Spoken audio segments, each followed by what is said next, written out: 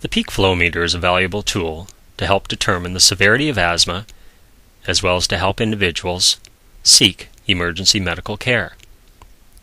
They come in a variety of shapes and sizes from various manufacturers and are easily performed with a simple maximal expiratory maneuver.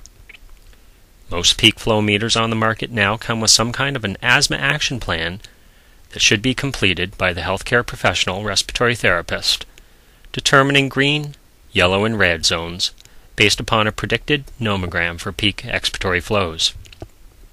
The flow meter can then be preset with the green, yellow, and red zones.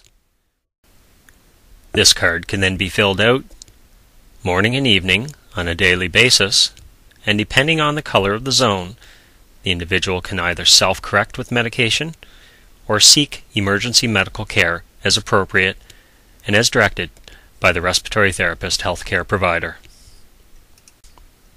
Verify, interpret, and evaluate the physician's order. Select, gather, and assemble equipment and test it according to the manufacturer's specifications or the product monograph. Use aseptic technique throughout the procedure.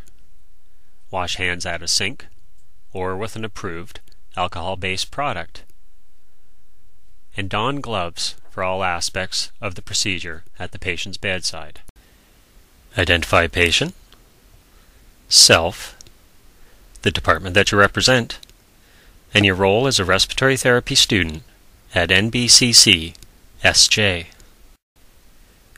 Explain the procedure and confirm patient understanding appropriate to the patient's condition.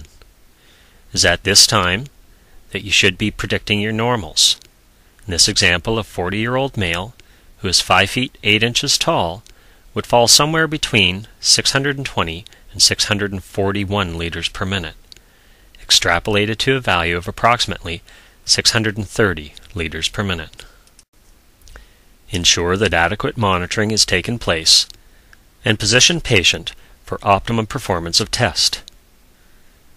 At least 3 tests should be performed with the best effort noted and the unit reset to 0 between each test.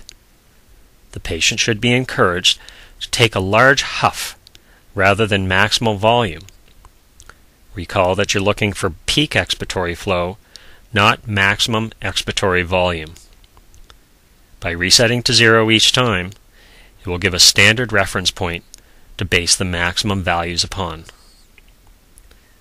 Once these values have been noted, record the maximal of the best 3 values on the asthma action plan or in the health record as appropriate. Notify other personnel as appropriate, including the preceptor to whom you are assigned. Peak expiratory flow rate monitoring is a simple procedure.